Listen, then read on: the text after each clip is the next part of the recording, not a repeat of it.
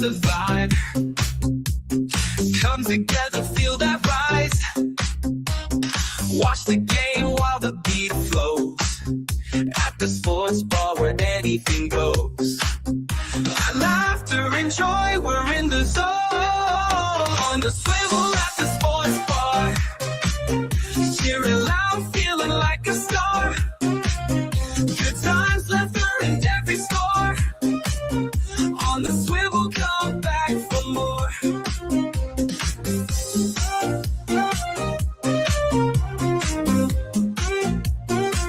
Come back for more. Tasty treats and soulful sounds. Feel the rhythm is where joy's found. Ooh. With every cheer we come alive. Come on in, let's thrive and jive. In this moment we find our groove. On the swivel at the sports bar. Cheering loud, feeling like a star. Good times, laughter and every score. On the swivel, come back for more. Ooh, come back for more. Ooh, come back for more. Tasty treats and soulful sounds. Feel the rhythm, it's where joy's found. Ooh, with every cheer we come alive. Come on in, let's thrive and jive. In this moment we find our groove. Ooh, on the swivel at the sports bar. Cheering loud, feeling like a star. Good times, laughter and every score. On the swivel, come back for more. Swing on by, don't miss the fun. At the sports bar, the best begun. Ooh, come back for more. Ooh, come back for more. Ooh, come back for more.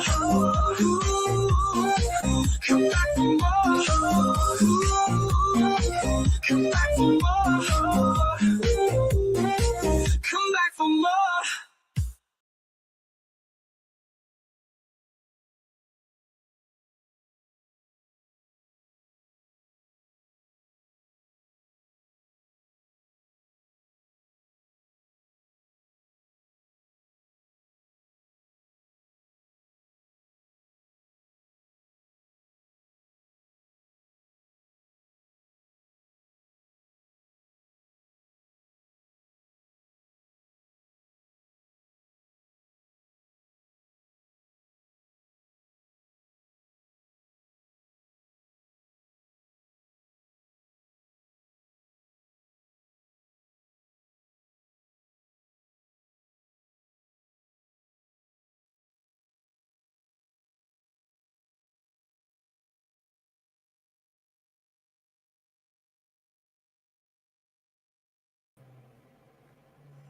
Hello, folks. You're on the swivel at the sports bar. How you doing out there today?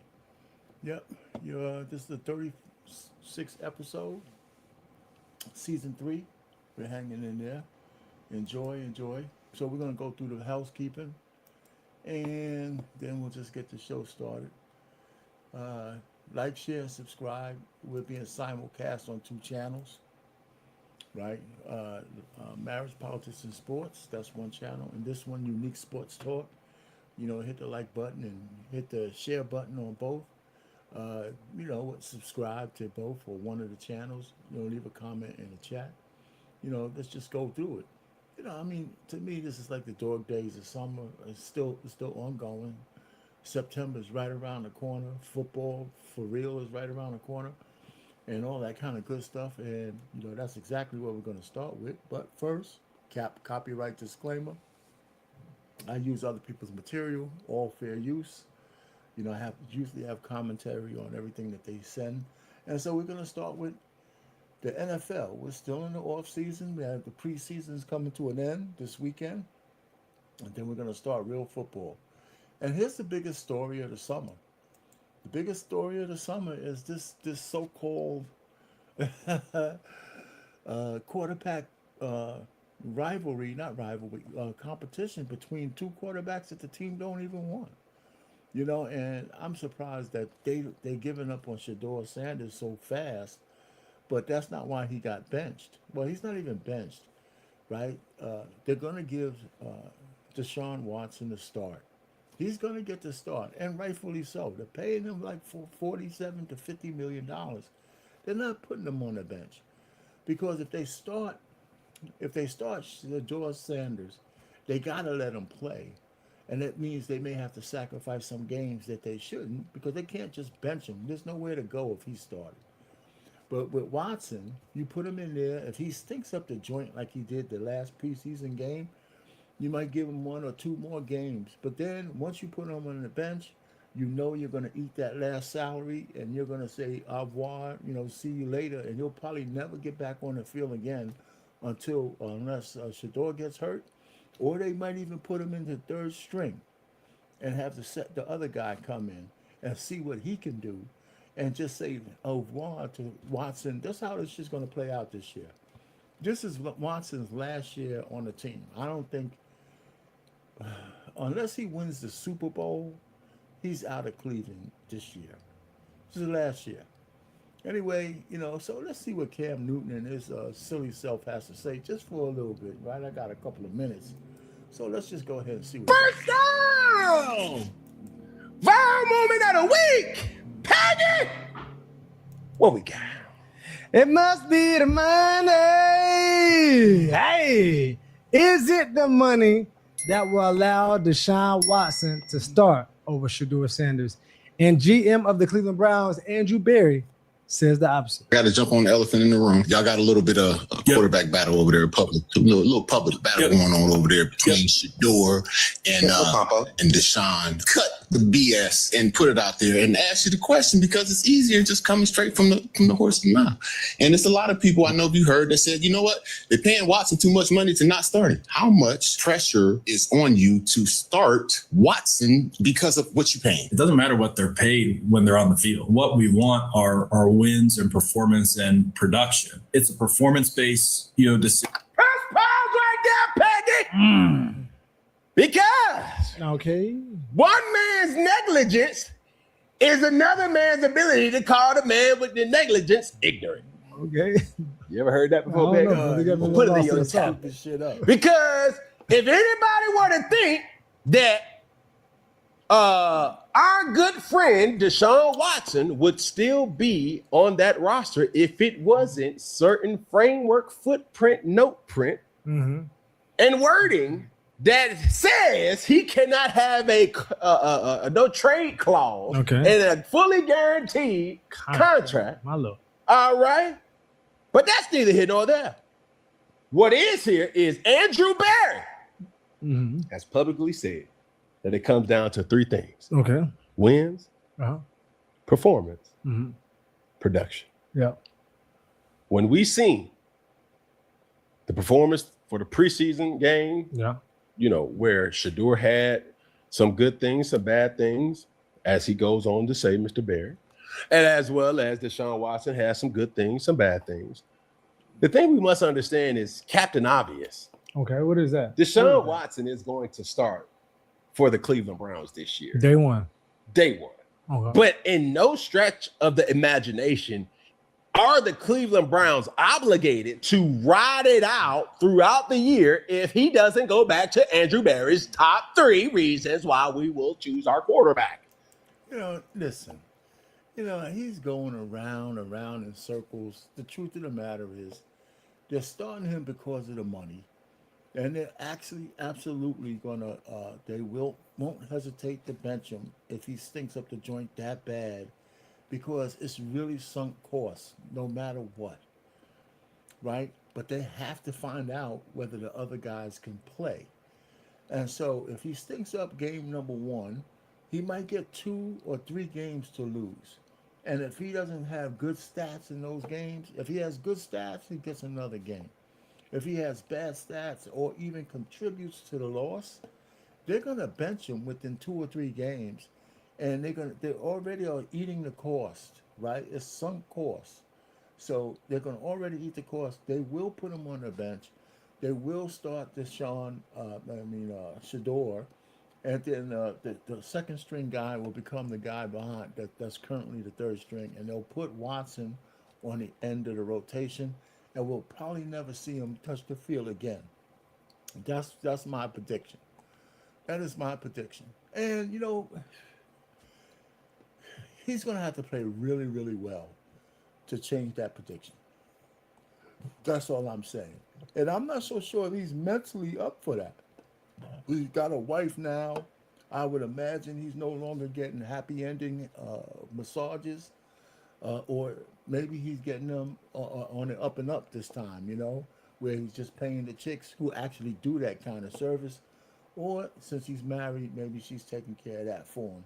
But the point is, whatever that proclivity is, whatever happened to him after those the civil cases went away, he has never been the same. I know he gets hurt a lot, but it seems like his problem is more mental. And I don't know why everybody hates Shedeur Sanders so much just because he's Deion's son. That needs to be studied, but not today. Not today. All right, so what's next? College football. College football, again, we got to wait for the season to start. We know how it's going to play out. The usual suspects will be, hunting down for the first top 8 plate spots and all that kind of good stuff. But my man here, and I didn't know this was happening, there's players who have been signed by pro football teams, and maybe they know they're not going to start or they're not going to make the team. They actually want to go back to play college football, and they're being entertained. College football has officially plunged into the abyss, Greeny. We have never been at a place like this before. There have been scandals far more serious, but this is a new low in terms of the machinations of the legal system, the NCAA, and all these things. It's just incomprehensible to think that someone was on an NFL roster the other day, and he very well could be playing for LSU a week from this Saturday. But it's the way things are right now. And the one thing that I think everybody is waiting for, callers are outraged, fans are outraged across the board. What? You mean they really outraged? Is outraged the right word? I mean, come on, man. You mean they're outraged that a guy might get a shot to go back and because he came out a little bit too early? I don't know how long Kawan Wright was in the league. Was it just because he went to the draft, got drafted in the late rounds, and he has the writing on the wall that he might get cut, and he still wants to play football? So instead of getting cut, he'll leave the team and go back to college because he has eligibility left, right? He must have eligibility left. He left too early. He made a mistake. So even if you don't like the notion that he actually signed for a minute for the summer camp and all that shit on the pro team, him retreating back, is that really something to be outraged about? I mean, you know what I'm saying? In the world of what's going on now, is that really outrage worthy? Outrage? I mean, saying, hey, maybe that's not the way things went. We don't want to open up a can of worms or some shit like that. And, now every guys think they could come back to the college. I mean, you can handle that with votes and shit like that. But outrage, this is Paul Feinbaum. I mean, if he don't have something to be outraged about, he's not really doing his job, okay? That's what I'm thinking, okay? That's exactly what I'm thinking. This is his job to be outraged, okay? So it's not outrageous. It might not be kosher. It might be wrong. And they'll let the people who the governing bodies work that out. But if the guy thinks he made a mistake and jumped the gun by trying to go to the pros, he knows the writing's on the wall and he might not make a team. If he has eligibility left in college, is it really that big of a deal if he goes back to college? I'm not so sure. I don't think so. I really don't. I don't think it's that big of a deal. Can, if anything, the Southeastern Conference do about it? There has not been a puff of smoke from the headquarters building in downtown Birmingham. Something will be said at some point. There is a president's meeting at some point today or tomorrow. And I think the league would like to speak as a group, with the exception of LSU, which has always been a bit of a renegade, and that will be eagerly anticipated. But until then, Greeny, it's just chaos. College football has officially plunged into the abyss. All right. So we know that's going on. So it's always drama, okay? Drama. National Basketball Association off season. Again, you know, they're getting ready for the new season. We know the big trade or the big signing is my man. Jaylen Brown was a big trade. The big signing actually still is LeBron, who's hanging around for dear life, and he's on Philly. They got it's like they have a big five now, because they just got Siakam, I believe. Pascal Siakam, I think they got him as well. So they're just stacking bodies on that team, and they're going to have to figure out how they're going to play. So right now, we're still stuck with parodies, okay? And I'm going to play a few of these because I have fun with them. For a 36-year-old mid-range merchant. Keep disrespecting the midi, Stephen A. Only real hoopers get buckets in June. Welcome to the Mile High, Debo. Your Compton lungs burning up yet? Bro, the air in this city is running on 5% battery. Good luck guarding Anthony Edwards without me, Denver. Your defense is cooked. If other teams score 120 points, we just score 121. Very simple. One rule, DeMar. When you cut, you look. Otherwise, ball breaks nose. Just put it on target, big fella. My mid-range is cash money. Denver traded away my three-point strap just to sign a mid-range fossil. I shoot 60% in the clutch, MPJ. Enjoy the Brooklyn rebuild. Teams can't double Jokic anymore without giving DeMar wide-open mid-range looks. And the second they help off me, I'm splashing from 35 feet. I came to Denver for one reason only, to finally lift that championship trophy. Parade must finish Tuesday. My horses race in Serbia on Thursday morning. The league thinks we got worse. Time to show them the truth. Mile High mid-range is open. Let's hang another championship banner in Denver. Nuggets traded away their best perimeter defender for a 36-year-old mid-range merchant. Stephen A. We must trade for Bronny. LeBron, the Lakers will never trade Bronny without demanding a superstar back. Leave it to Lee GM. I am flying to LA to negotiate with Luka. Wait, LeBron, how are you going to convince Luka face to face? Luka, I am here in person. Trade Bronny James to Philadelphia right now. Okay, LeBron, but in return for Bronny, you must give us Jaylen Brown. Deal, but you also have to hand over your recovery beers. Never. My beers stay. I will give you chocolate chip cookies instead. Luka, did you really just execute a trade with LeBron in person? Yes, Rob, we got Jaylen Brown. I kept my beers and gave LeBron cookies. Wait, am I really getting shipped to Philadelphia right now? Yes, Bronny, your dad always gets what Lee GM wants in the end. LeBron, did you literally just trade me to LA to get Bronny? Sorry, Jalen, but family always comes first in Lee GM's roster decisions. Look on the bright side, Jalen. You get to play with Luka. I literally just signed my contract in Philadelphia 5 minutes ago. LeBron, did you seriously just bench me so Bronny can start point guard? Yes, Tyrese, Bronny's the one option, and I get all the cookies. My dad runs this team now, not you. Lee GM traded Jaylen Brown for his son and cookies. Jalen, I just arrived in Philly. I can't, it's so funny, call him Lee GM. Old head, take off that purple and gold tank top. We are Braun. Put the phone down, old head. Take off that purple and gold tank top. We are currently committing a federal crime to rescue Anthony Davis from his hostage situation with the Washington Wizards. What? Reject your player option right now and sign our $15 million food stamp mid-level exception. We are putting the Team USA Medicare Avengers back together. Look at the vision. The 2024 Olympic Avengers are back. I'm down to run it, but someone has to carry my bags. My back is literally held together by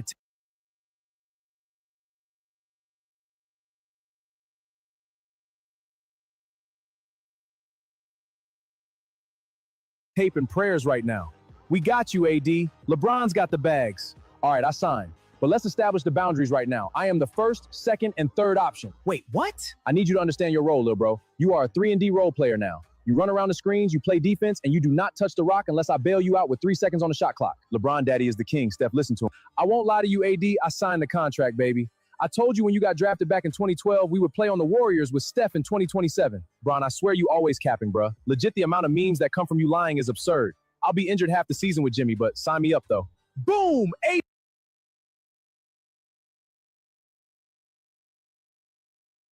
Better than 99% of the league.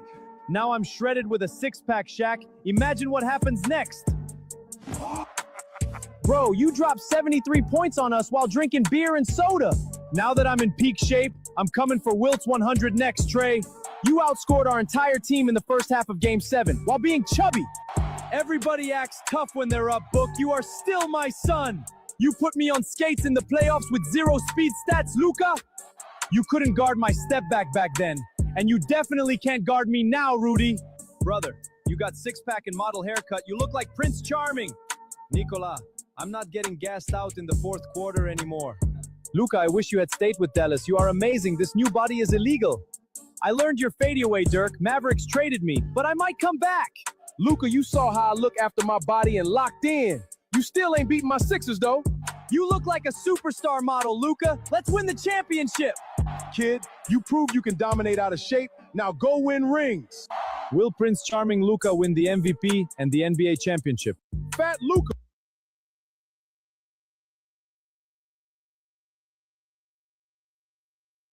Ice from deep. LaBrinda Queen James. Trust the process, honey. Kavina Durant. Houston, don't check my burner mentions. Lukita Doncic. Hollywood is too easy, babes. Jimmy the Butler. Bay Area emo, but I still got that dog. Victoria Wembanyama. High fashion, 8-foot wingspan, wee-wee. I am Nicola. I do not want to be baddie. I just want to go home to horse. Stephanie Curry. Extra spice from deep. LaBrinda Queen James. Trust the process, honey. Kavina Durant. Houston, don't check my burner mentions. Lukita Doncic. Hollywood is too easy, babes.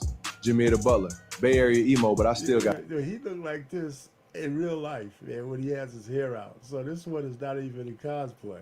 That's so funny. That dog. Victoria Wembanyama. High fashion, 8-foot wingspan, wee-wee. I am Nicola. I do not want to be baddie. I just want to go home to horse. Stephanie Curry. Oh, man, what they did to Steph Curry, man, is bad.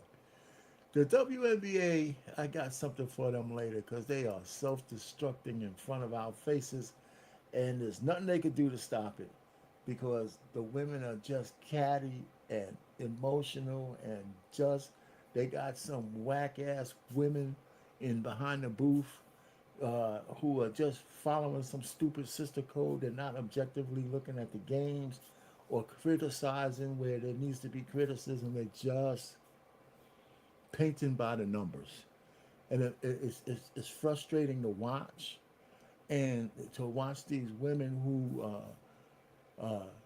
are not down for other women is actually downright diabolical. And the only one who spoke up is Sophie Cunningham, and it doesn't make any sense that all naturally born women are so quiet on the issue of just the transgenderism and in having men in women's sports. It's really sad to see that the American women are just lost or too dog shit scared to speak up. So all I'm putting up here is their stinking ass standings, and of course the Lynx look pretty good. You know, the young lady who with the black glasses, I forgot her name. I don't really care that much, but she's actually really good. She might even win MVP, Rookie of the Year, and they might win the championship. Okay, so there are some bright spots. You know, there are some bright spots. We just looking for them to play some good games. Now, the Fever fell out of third and fourth place, but they're just one game in the loss column. There's going to be a battle to be in the top 4 positions, you know, so that's what they have to do if we want to see the Fever advance with the best chance to get to the, the championship series, because I'd like to see Caitlin in the championship game. Be nice to see her against the Lynx. So they need to get to the 3rd position over the Aces or the Dream. They need to get that done. All right. So other than that, the rest of the top 8, should make for an interesting, I guess, opening round of the playoffs. If it ended now, I guess it's 44 games. So they're real close. They have 39 games in the hole, pretty much, if you look at the Lynx. So it's like 5 to 6 games left for the most teams, and that's where you are. That's where you are.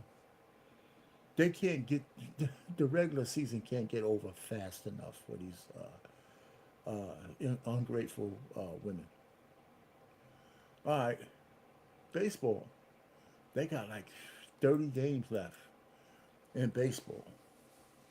And like I said, no matter what's going to happen, I see the Dodgers. The Dodgers right back in it in the World Series, unless there's some kind of upset. I think once it comes down to crunch time, they're going to have the pitching and the hitting that's good enough to get them back there. Will they repeat? That remains to be seen. But I think they're going to be competing for another championship to make it 2 in a row.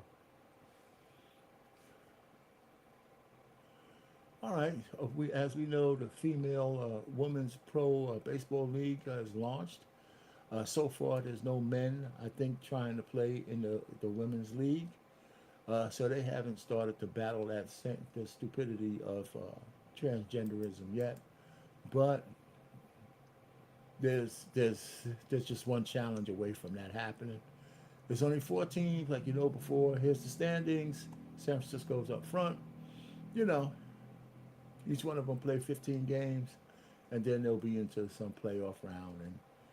And I haven't watched the game. I haven't watched the male baseball game, so I'm not going to watch the female one. But I'll be remiss, not to say that the league is going on. So here, if you want to see baseball and you don't get enough of the men's Major League Baseball, the women are out at it as well, and it'd be interesting to see. I mean, I guess. Listen, this was what Title IX was all about. By the way, get women to the point where they could play professional sports, get through college on scholarships, and get to the point of making money on professional sports. And they got the female football league. They don't show that anywhere, but it is a league out there, and it's still operating. They got of course, they got soccer, and they got tennis. They got, of course, WNBA, and now they got the female baseball league. I would say that women have a chance to play professional sports, but it'll all come crashing down if they start letting swinging Charlies at the lowest levels start to take over female sports. Okay, Big 3. The Big 3 season has ended, okay? And, of course, here's the final standings. Dallas and Boston play for the championship. And even though Boston finished in second place, it was close enough. They won the championship because Jeremy Pargo hit 2 4-point shots. The first one, I believe, put him in a position to win, or tied and put them in a position to win the game.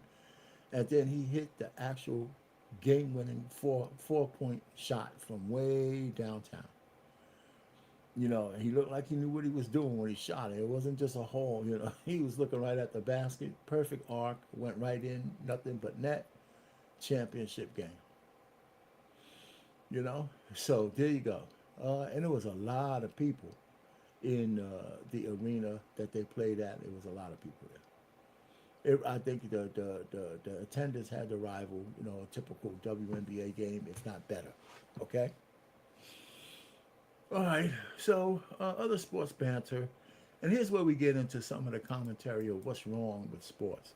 They catch the 49ers owner in a sex trafficking sting. They catch him, and he gets fined like $2,000, a night in jail, and set free. I can't believe it. You know what I'm saying? He got caught in a sting. If this just because he's they own the 49ers, he's probably a billionaire. They treat this guy with kid gloves and thinking that the embarrassment is enough. He's not embarrassed. He doesn't give a shit. He can hide behind his mansion. He'll go home, get a slap on the wrist if he's married or whatever. I don't even know if he's married. Not even worth checking out. He just went out there and he was buying. Listen, this guy's a billionaire. He was getting ready to try to buy $140 piece of a trim. $140 piece of trim. With all that money, with all of that, man, he was going to buy a $140 piece of trim. I'm just thinking about it, right? You're a billionaire, right? You want to get some illicit box with all the high end, no problem, no hassle, no reprisal, madams and shit that you should be able to get in touch with to get a fine, sweet, clean woman to fool around with. It might cost you 5 racks, 10 racks. What do you care? The safety got to be more important. The no liability, the no being caught with your pants down. You know what I'm saying? I mean, come on. So anyway, let's hear what Jason Whitlock has to say about this and some others. Just a couple of minutes worth, 3 or 4 minutes. I said my little piece. But the way that he got a slap on the wrist makes me mad. The 49ers are not cursed. They are being led by men who think character is a player problem. New York runs the San Francisco 49ers. Sunday morning, a human trafficking task force walked him out of a trailer park in East Palestine, Ohio. He answered an undercover ad. Court records say he arranged sex for $140 and showed up with the phone still in his hand. The charge started as engaging in prostitution. By Monday, it was disorderly conduct and possessing criminal tools. No contests, $1,150 in fines, 2 days in jail, 1 already served, $160 forfeited to the task force that booked him.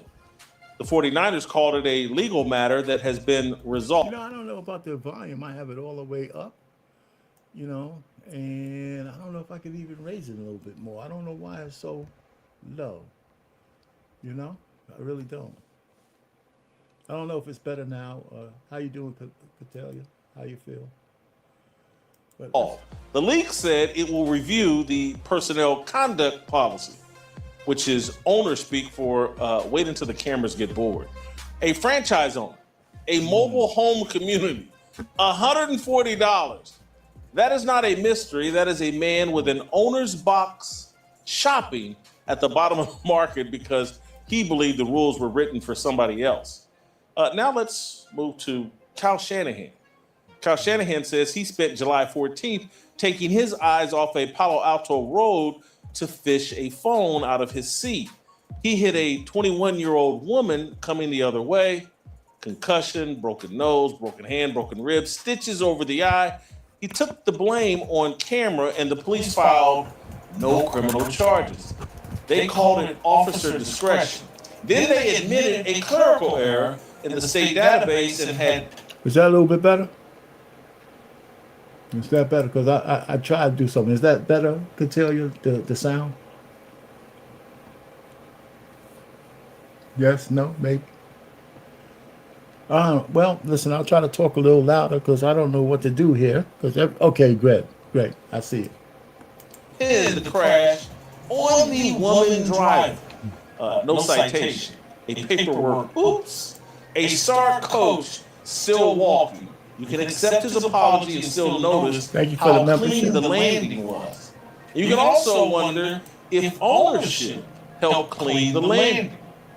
A few years ago, Robert Kraft rolled into a Jupiter spa on the morning of the AFC Championship game. Got caught on video twice in 24 hours and watched the solicitation charges vanish. The women in that building did not get the same disappearing. I remember the Kraft thing. I mean, these guys get away with it's incredible. And right in front of your face, the class divide is really real. The race baiters would say this is a race thing, but it's not. It's a class thing. If you came from the Appalachian Trailer Park and you did this kind of stuff, your ass would be going to jail just like the dude from Harlem. There's no question about it. This is all money. This is This is what it is going on with NFL ownership and cheap sex. Membership has its privileges and it has its penalties, clearly. Money does not kill appetite. Money kills consequence. These men already own the stadium, the suite, the private plane, and the public sermon about character. They still answer a website ad for pocket change because the appetite does not scale with the net worth. Appetite scales with impunity. The original charge gets amended. The statement writes itself. The fine is a rounding error. The jail day is already served. Then everybody pretends the moral lecture in the locker room still has a pulse. York is... You know, this guy York, I mean, who said anything to him, right? Who scolded him? There's no consequence for what he did. And this was a sting. It was like a actual sting. They were looking for perps to put in jail. He got caught in the sting. Now, I just think that these kind of stings are hairy at best.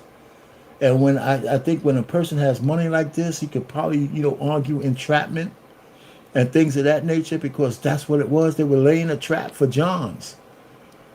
You know, and I just think that laying a trap for Johns is like, it's really low-hanging fruit, unless you want to prove a point and you need some quota to fill, because it doesn't take much to lure men to have sex with women. Now, I could think, now, if this was like little girls and they laid a trap for him doing it with pet, you know, as you know, a pedo stuff, now I can dig it.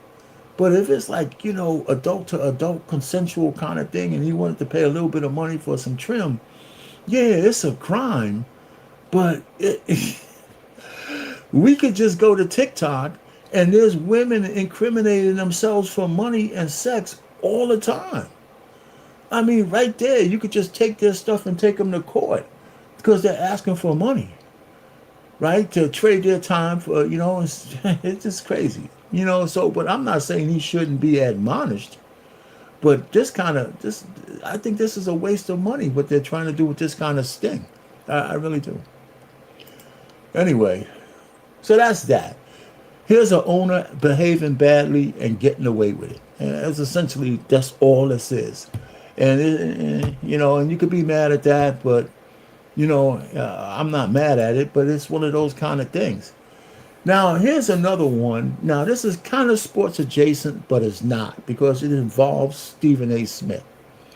And it's Stephen A. Smith, who has risen to the top of the media, entertainment media scale, from sports and into politics. He's making a crazy amount of money every year, probably around 20 million or more, and all the things he does. As a black man, of course, he's at the top. He's at the top. And, you know, he might not be Joe Rogan. He might not be these kind of guys who've been at this stuff. He started his podcast. He's already over 1 million subscribers. And, of course, he has ESPN contract. He has Sirius Radio. This guy is the top black journalist, caster, pundit, all of these kind of things. And the number one people who are trying to destroy him are liberal black women. Liberal black women are trying to destroy the one black man who sits on top because they don't like him criticizing a woman who deserved to be criticized. And Stephen A. has most black men, you know, who didn't like what happened to him, you know, because they didn't want to be vilified. They crawled under the rock like the pussies that they are. But surprisingly enough, Boyce Watkins has something to say about the disgraceful NABJ attack on Stephen A. Smith based on bogus claims that cannot be verified. Poor black women, you know, and basically he seemed to imply that if you did not many years, and he really fits the description of a lot of black people that I know who used to be Democrats, used to, you know, card-carrying Democrats, Democratic Party every election, did pretty much what they were told, and then they got to the point where they said, you know, wait, this Democratic Party ain't really doing much for us. They're not really stepping up the way we want them to, and we feel a little bit disrespected. And so what you have is you have a contingent of black people who just simply say, you know, I'm going to explore my other options. I want to do something different. And I personally think it's okay for them to have that right to do that. I really think that when you get to this point where you start telling people, if you don't vote for me, then you ain't black, that ain't nothing but slavery. That ain't nothing but voter suppression. That ain't nothing but voter intimidation. And so it's not just voter suppression, it's not just voter intimidation.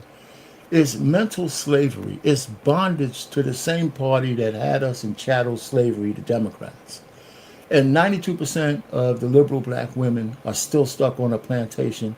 And unfortunately, they have more than 50 to 67% of black men on the plantation with them for various reasons that they can't stand on their own 2 feet and think that we are not a monolith and we don't belong to the Democrats. But there's this contingent of black women who get 3 things from the Democrats. They get attention, they get accolades, and they get affirmations. And those 3 things make them line in formation and do as they told with allegiance to their masters. And that's those 3 things. And so that's where it's at. So Stephen A. had the unmitigated goal to call out one of the most ratchet, congresswomen, who are cosplaying and treating our black people like dirt by talking down to them with the ghetto bullshit. And he just called her out. He said, your contingency needs a full-fledged, representative. And if you're running for senator, you can't act the way you're acting. And they went crazy. So what I would say is that Stephen A., to me, what he's doing actually represents the best of our diversity, right? In fact, let me ask you a question. Let's do a simple question, simple answer, and it's an audio test as well, so I can make sure you guys can hear me okay. Give me a yes or no. Yes or no. Are black people diverse? Do you think black people are diverse, or do you think we should be a monolith? Do you think that we should all think the same, do the same, have the same politics? What do you think? Or do you think that we are diverse? Do you think that we should be, that it's okay for us to be different? Or at least be free to be different. Give me a yes if you agree that black people should have the freedom to have their own point of view. Yes, I hope you agree with me. If you don't agree, then I understand. I mean, I guess I'm sure there's some KKK rally you could go to or something where you could go and say that black people don't deserve the freedom of speech, thought, or expression. Okay, and so here's what was interesting to me. So because Stephen A. has had his own opinions about certain things, and he disagrees with certain people, he's disagreed with. I watch him, in sports, but I also watch him in politics. He's disagreed with a lot of people. He disagrees with Republicans a lot. He disagrees with a lot of Democrats. It's not always a certain gender, but there's something that happens when the person that you disagree with is a black woman. There are some people who extrapolate, and they'll say, well, because you disagree with this one person, then that means you hate every person in that group. And that concerns me because that is almost like a political weaponization in a way. It's an old tried and true. It's not in a way, Boyce. This is where you come in your wishy-washy. It is political weaponization. It's a way to censor people. It's a way to scare. It's a scare tactic. It's diabolical, and it's not true. And that's one of the things that goes on with these liberal women all the time. All the time. So they want to be women without consequence, above reproach. And you need people to challenge that shit. And I'm glad Stephen A. did. Now, his problem is he equivocates too much. And kind of so do you. This shit should be without equivocation. These guys should be condemned from the highest levels. True tactic that basically says, it's like if I say something, if I say, I don't know, let's look at me, okay. What do I believe that? Okay, I believe that black people should have their own businesses, right? So let's say you don't agree with me, and we have a debate about it, and then I say, well, this proves that you hate all black men. Do you see how illogical that would be? Do you see how crazy that would be for me to say that because you don't agree with me, that you hate all black men?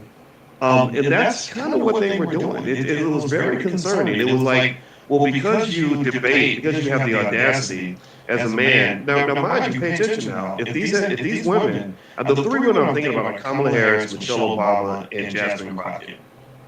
If any of these women had been Republicans, If any of these women had been Republicans, he could have went online and called them a bunch of nappy-headed hoes. He could have called them sellouts. He could have called them buffoons. He could have called them any name in the book, and nobody would have said a word. Let's just be clear. That's what I think. Tell me if you agree. And that's exactly right.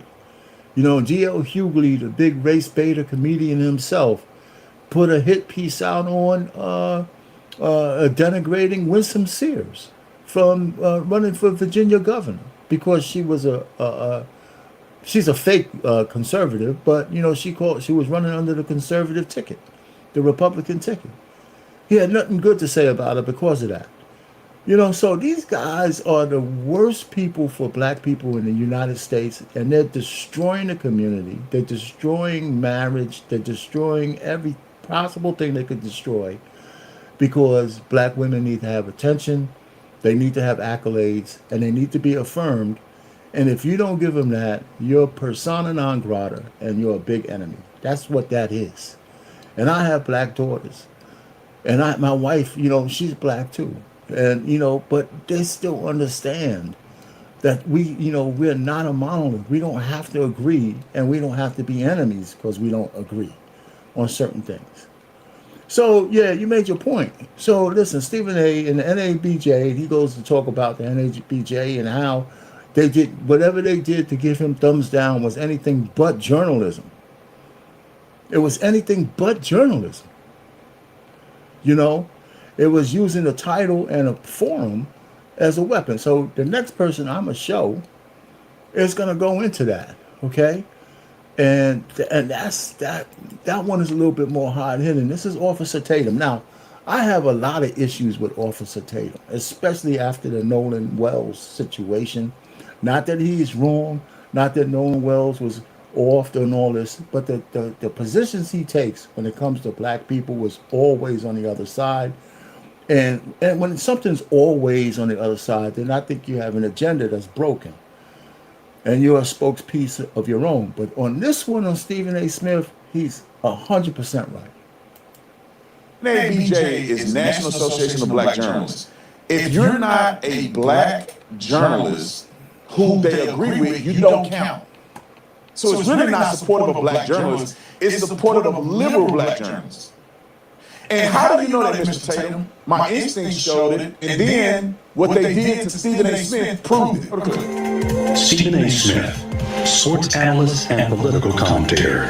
Smith has established a recurring public pattern of disparaging commentary directed at prominent black women across politics, sports, and media. Such commentary reinforces harmful narratives, undermines the fair and respectful representation of black women in public discourse, and stands in direct conflict with NABJ's long-standing commitment to accurate, responsible, and inclusive portrayals of black communities. This is why black people will forever, as a group, struggle in America and never date black people generally. I'm not talking about black excellence like me and Stephen A. and other great black people. I'm talking about generally.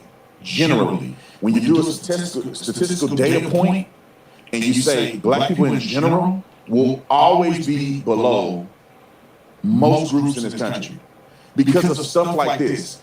They are disavowing a man who dedicated his entire life to being a voice for black people and breaking through multiple barriers in sports commentary. More so than anybody else in the world history or American history. But because he disagrees and has an opinion about a certain group of people or certain things that he said about politicians who are dirtbags, all of a sudden they reject this black man. He don't count. Shame on them. BJ. Yeah, absolutely. Shame on them. Now, like I said, the reason why I brought this up on the sports show is because Stephen A. Smith was known for sports. And it propelled him into areas that, it opened doors as a gateway to politics and everything else. And, and here's where, it needs to be said how people say that, our enemy is white people and white this and white that and all white people. His biggest enemy, the people who want to bring him down the most, are liberal black women. because he's not kissing their ass. And they want to destroy him. His biggest enemy is his sister. Right? His black sister, not his biological sisters, but the black women out there. It's diabolical. It's unforgivable. It really is. It's crossed the Rubicon. And there's no coming back from this without a full-throated apology, which is never going to come. And he's on this tour because he's hurt. He is hurt by this, and he's absorbing the people who are not afraid to speak out on his behalf, because what the NABJ did was absolutely wrong. They should be vilified, and their credibility is shot because of what they try to do to this black man. You know, and now I go back to when President Trump was on their stage and he turned the place out. Anyway, so that's enough of that. Okay, going back to sports particularly, and we try to go back there, but here's another intersectionality between sports and transgenderism. And we look at this clip with Enes Kanter going to a game with the and being verbally attacked by Natasha Cloud. 6-point basketball game. Chicago staying in it. Natasha Cloud.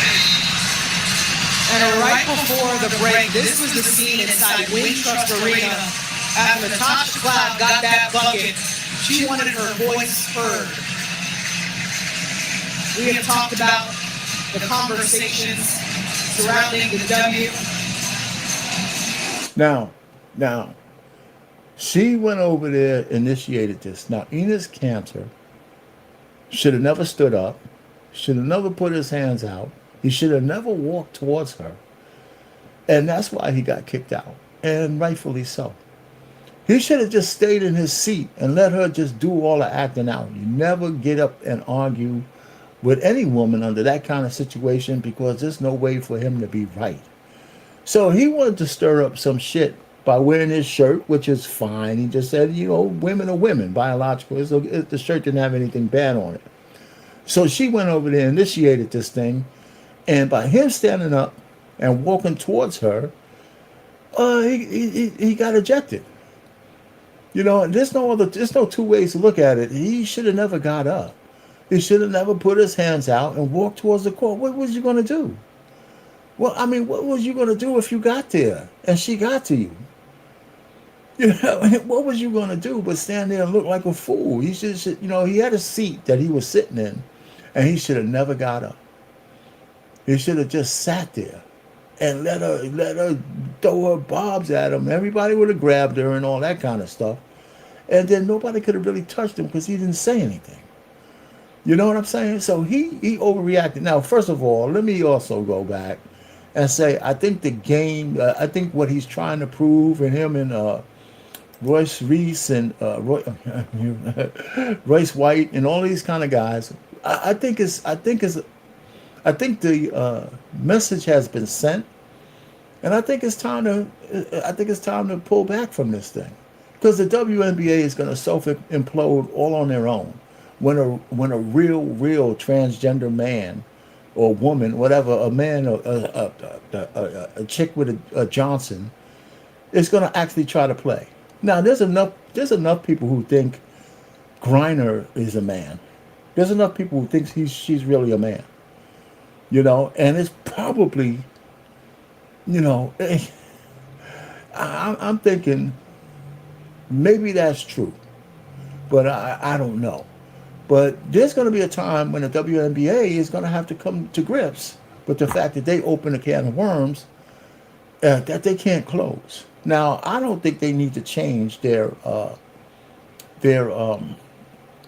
bylaws about who could play when it says the word woman.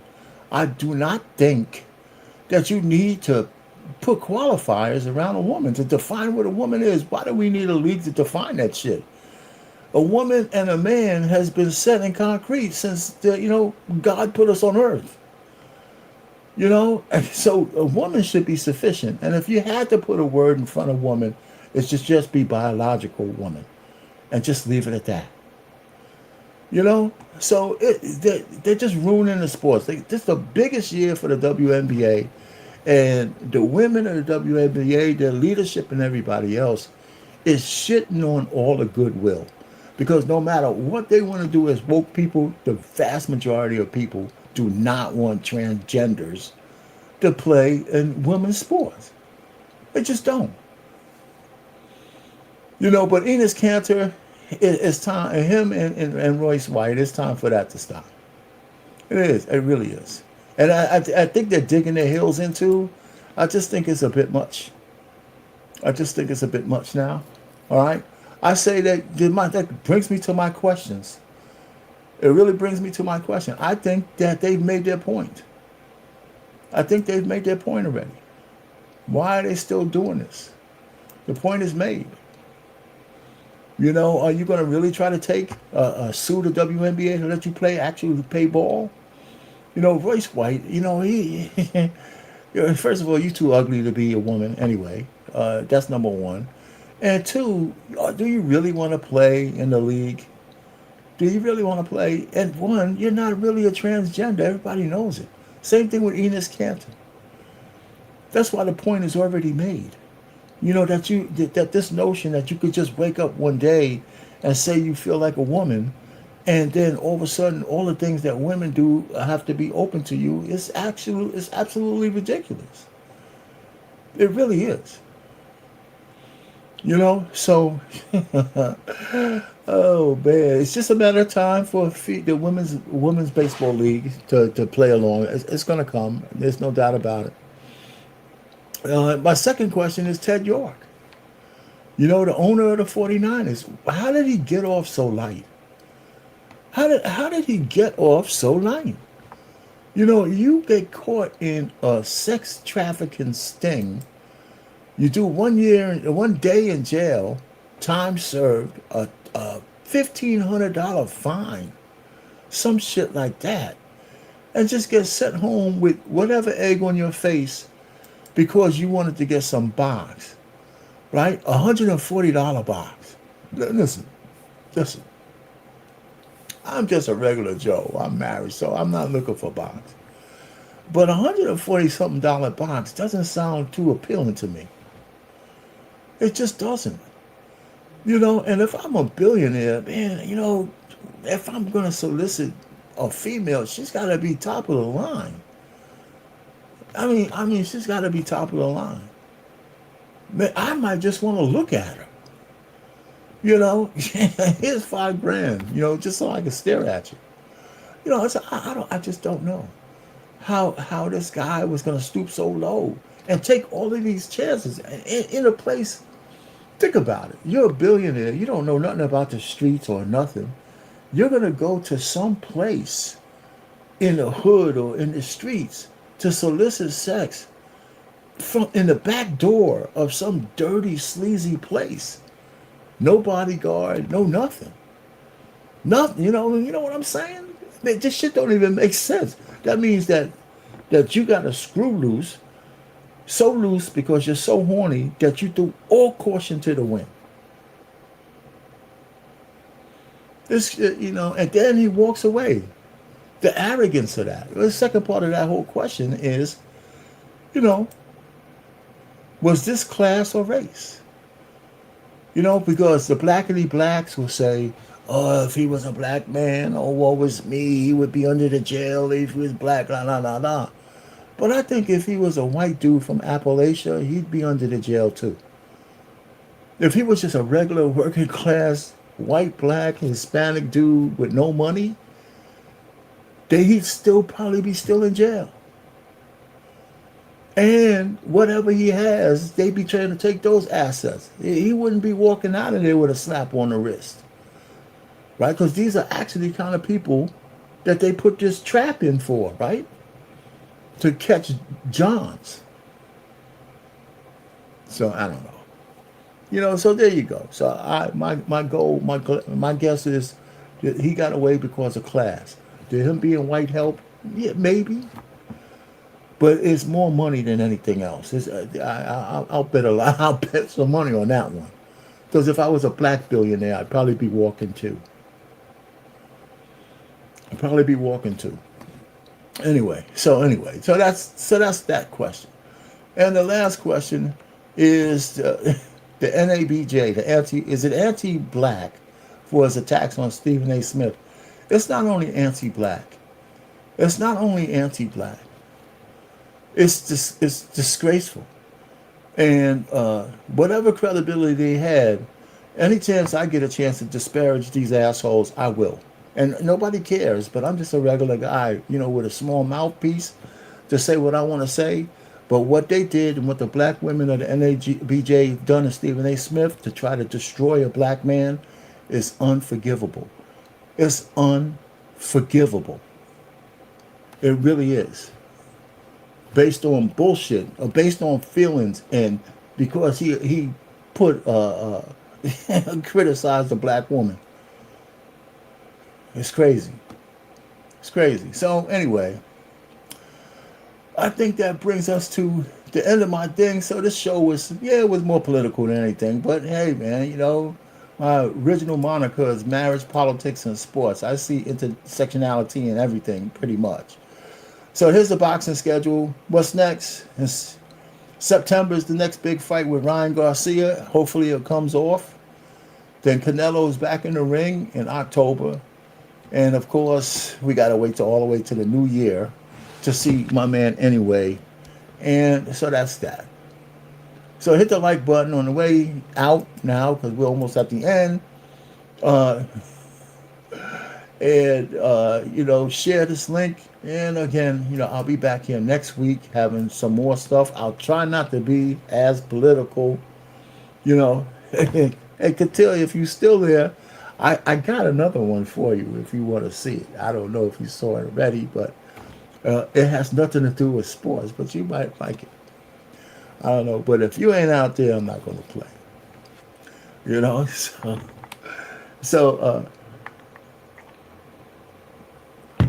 Anyway, whatever. So I didn't get my man to come in today, Ferg. Yeah. Oh, yeah. Okay. Hopefully, if he got to stay clean, he got to stay clean. Did it come up? When I say stay clean, sometimes his mind gets crazy and this and that. So he's got to somehow make sure that he stays on the up and up for the fight. And I think I like Ryan Garcia. I think he has a few flaws. I don't know if he hits hard enough, but he's pretty good. So I like to see him. He got a nice opponent. And if he's been training hard, that's cool. So Katia, I got another song. I don't know if you want to see it. You want to see it? You like, because I there you go. It has nothing to do with sports, but I would play it for you anyway. And I wouldn't play these things if you weren't here asking for it, because this one doesn't have to. But I think if you haven't seen it, I think you'll like it. I do. Of course, you know me, I'm mushy and romantic and shit. So it's another romantic song with one of my favorite avatars. And just bear with me while I get it keyed up. Okay. I'll get it keyed up.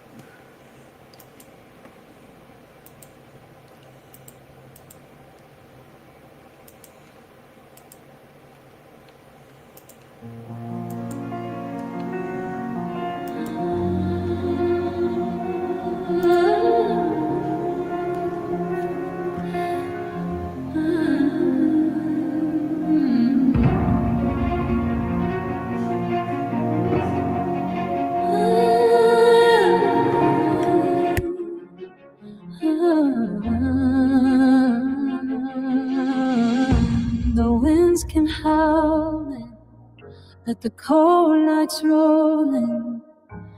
You walk through my shadows and you pull me back again. Every storm I fear turns soft when you leave. You are the thunder in my heart.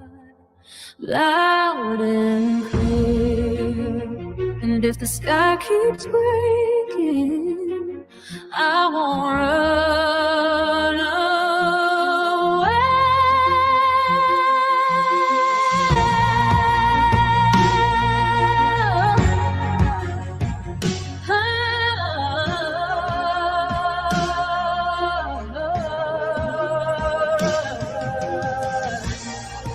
Let the wind blow, let the storms come near. You are the thunder and the lightning I hold dear. When the skies fall down, I find my home in you. In the storm of my life, your love pulls me through.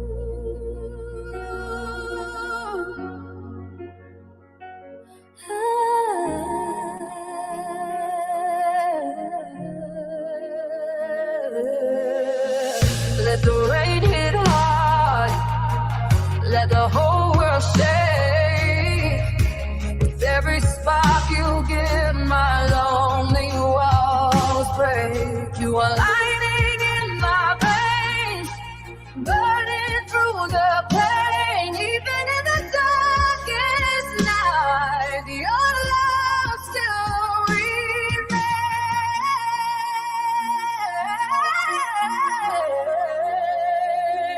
So let the winds blow, I'll stand in your flame. Let the wind blow, let the storms come near. You are the thunder and the lightning I hold dear. When the skies fall down, I'll find my home in you. In the storm of my life, your love pulls me through. Let the wind blow, I'm still here in your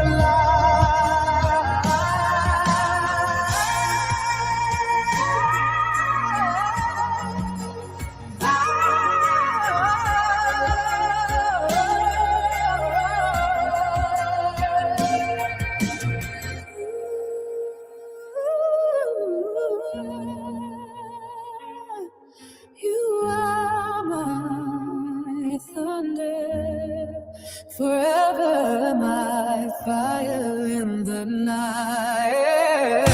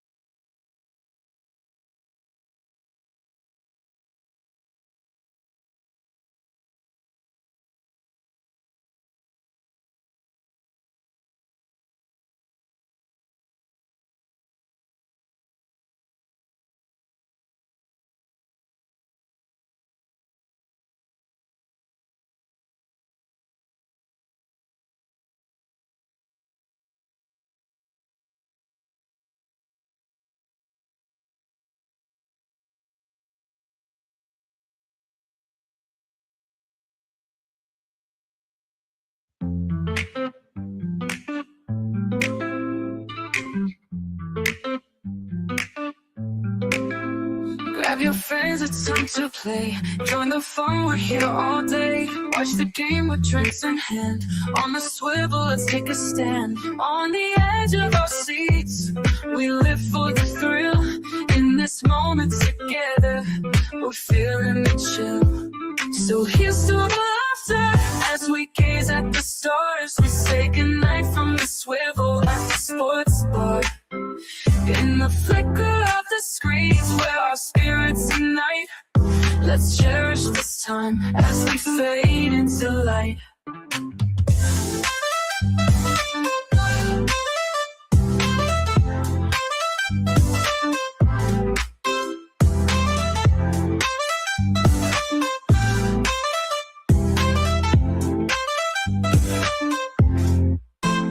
Tasty bites and big screen thrills. Every moment gives you chills. High fives and cheers, it's quite a sight. Join the crowd, it feels so right. As the game goes on, our hearts beat as one. Memories in the making, oh, this night's just begun. So here's to the laughter as we gaze at the stars. We say goodnight from the swivel at the sports bar. In the flicker of the screens where our spirits unite, let's cherish this time as we fade into light.